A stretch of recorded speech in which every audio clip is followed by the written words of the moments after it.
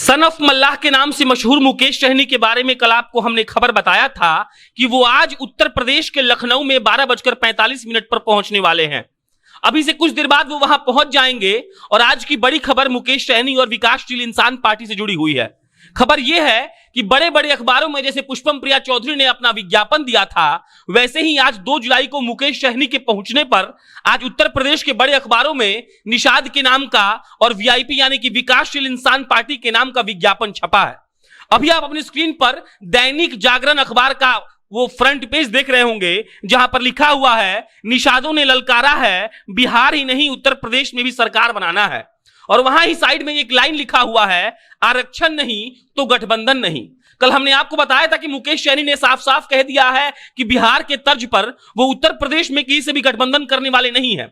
और कल मुकेश सहनी ने एक इंटरव्यू में यह भी कहा था कि जरूरी नहीं है कि बिहार में अगर हम एनडीए के साथ हैं तो वहां हम गठबंधन करेंगे। और साथ में उन्होंने यह भी मेंशन किया था कि उत्तर प्रदेश से होकर 2024 में निषाद को दिल्ली जाना है, यानी उनकी पार्टी विकासशील इंसान पार्टी को वो अपने समाज के लिए जो आरक्षण मांग रहे हैं एससी कोटे के तहत, उसके लिए वो दिल्ली जाएंगे। और दैनिक जागरण के फ्रंट पेज के बाद अभी आप अपने स्क्रीन पर जनसत्ता का फ्रंट पेज देख रहे हैं। अखबार में जो विज्ञापन है वो सारे अखबारों में एक ही विज्ञापन छपा है। मुकेश सहनी के साथ संतोष सहनी की फोटो है और जो संतोष सहनी है वो राष्ट्रीय अध्यक्ष हैं युवा प्रकोष्ठ के।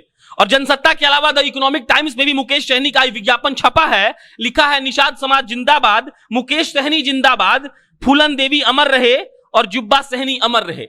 इससे आप यह अंदाजा लगा सकते हैं कि मुकेश सहनी की पार्टी विकासशील इंसान पार्टी उत्तर प्रदेश में जाकर उत्तर प्रदेश में चुनाव लड़ने की जो मुहिम है वो शुरू करने वाले हैं। आप अपने स्क्रीन पर अभी अमर उजाला का विज्ञापन देख रहे हैं। मैं ये मिला जुलाकर कहना चाहता हूं कि मुकेश सहनी ने उत्तर प्रदेश के सारे बड़े अखबारों के फ्रंट पेज पर यह विज्ञापन दिया है। अभी आप अपने स्क्रीन पर द टाइम्स ऑफ इंडिया में इंडिया के जो फर्स्ट पेज पर विज्ञापन छपा है वो देख रहे होंगे। नवभारत टाइम्स का भी है, हिंदुस्तान का भी है और दैनिक जागरण तो मैंने आपको बता ही दिया।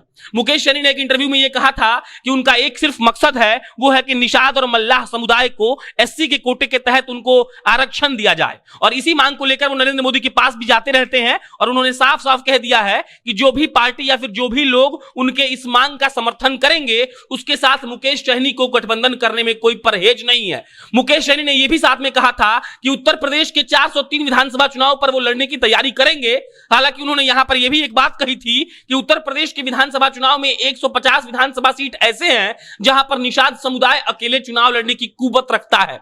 मतलब कि वहां पर निषाद समुदाय का जो वोट बैंक है वो बहुत ज्यादा है। इससे आप समझ सकते हैं कि मुकेश सहनी बिहार में मंत्री बनने के बाद, विकासशील इंसान पार्टी को बिहार में स्थापित करने के बाद अब मुकेश सहनी उत्तर प्रदेश पर नजर गड़ाए हुए हैं। और आज सुबह जब उत्तर प्रदेश में अखबार बंटने शुरू हुए तो the economic times of India में, दैनिक जागरण में, नवभारत टाइम्स में और हिंदुस्तान में हर जगह मुकेश सहनी की पार्टी वीआईपी विकासशील इंसान पार्टी का अखबार में जो विज्ञापन था वो छपा हुआ था। फ्रंट पेज पर लिखा हुआ था ये भी कि आरक्षण नहीं तो गठबंधन नहीं। साथ में ये मेंशन किया हुआ था कि निषाद समुदाय का जिंदाबाद कह रहे थे वो लोग और साथ में ये भी कह रहे थे कि अब बिहार के बाद उत्तर प्रदेश की बारी है। उन्होंने साफ साफ यहां पे मेंशन किया है कि उत्तर प्रदेश में सरकार से वो गठबंधन किसी भी पार्टी या लोग से उसी शर्त पर करेंगे जो उनको समर्थन देगा, जो उनको इस बात की रियायत देगा कि वो निषाद समुदाय को एससी एसटी कोटे के तहत आरक्षण देने में उनकी मदद करेगा। मुकेश सहनी के बारे में आप सब लोग जानते हैं, बंबई में थे और वो फिल्म में सेट की डिजाइनिंग करते थे, वापस बिहार आए और उसके बाद शुरुआत में उन्होंने नरेंद्र मोदी के साथ घूमा, उसके बाद यूपीए के साथ गए और उसके बाद जब लास्ट में तेजस्वी यादव बिहार विधानसभा चुनाव में उनको सीट देने से इनकार कर दिए तो फिर अमित शाह के पास जाकर उनको 8 कोटे की सीट मिली विधानसभा की और 1 एमएलसी का पद। मुकेश सहनी खुद चुनाव तो हार गए लेकिन वो अभी एमएलसी हैं। और एक बात, ये बात साफ है कि निषाद समुदाय का जो भला करने का उन्होंने दृढ़ निश्चय लिया था उस पर वो काम करते दिख रहे हैं। बार बार मुकेश सहनी ये कहते हैं कि हम यहां काम करने आए हैं और काम के सिवा कुछ नहीं करेंगे। हमने बीते दिनों में यह भी देखा था कि मुकेश सहनी ने अपने फेसबुक पर एक बार यह लिखा था कि एनडीए के मंत्रियों को, एनडीए के विधायकों को, एनडीए के नेताओं को सिर्फ काम करना चाहिए, बाकी कोई बात बाद में भी हो सकता है। और अभी उत्तर प्रदेश के चुनाव में जितना एक्टिव मुकेश सहनी हुए हैं वो कहीं ना कहीं इस बात को दर्शा रहा है कि वो चाहते हैं कि उनकी पार्टी और बड़ी हो। और उन्होंने जब यह बयान दिया कि उत्तर प्रदेश होकर वो 2024 में केंद्र सरकार यानी कि दिल्ली पहुंचना चाहते हैं तो यह साबित होता है कि उनका जो मकसद है निषाद समुदाय को एससी कोटे के तहत आरक्षण दिलवाने का वो बड़ा है और जिस पर वो काम कर रहे हैं। और आज उत्तर प्रदेश के सारे बड़े अखबारों के फर्स्ट पेज पर उनका विज्ञापन आना कहीं ना कहीं ये दर्शाता है कि जब मुकेश सहनी उत्तर प्रदेश पहुंचे हैं, उत्तर प्रदेश के लखनऊ, तो उनके औरा को, उनके ओहदा को दिखाने के लिए ऐसा किया गया है। देखना यह दिलचस्प होगा कि वो 150 सीट पर चुनाव लड़ते हैं, 403 सीट पर चुनाव लड़ते हैं, या कि इसे जाकर वो गठबंधन करते हैं। अन्य कोई खबर आएगी तो आपको अपडेट करेंगे। मेरा नाम प्रशांत राय है, आप जनता जंक्शन देख रहे थे। बहुत बहुत धन्यवाद।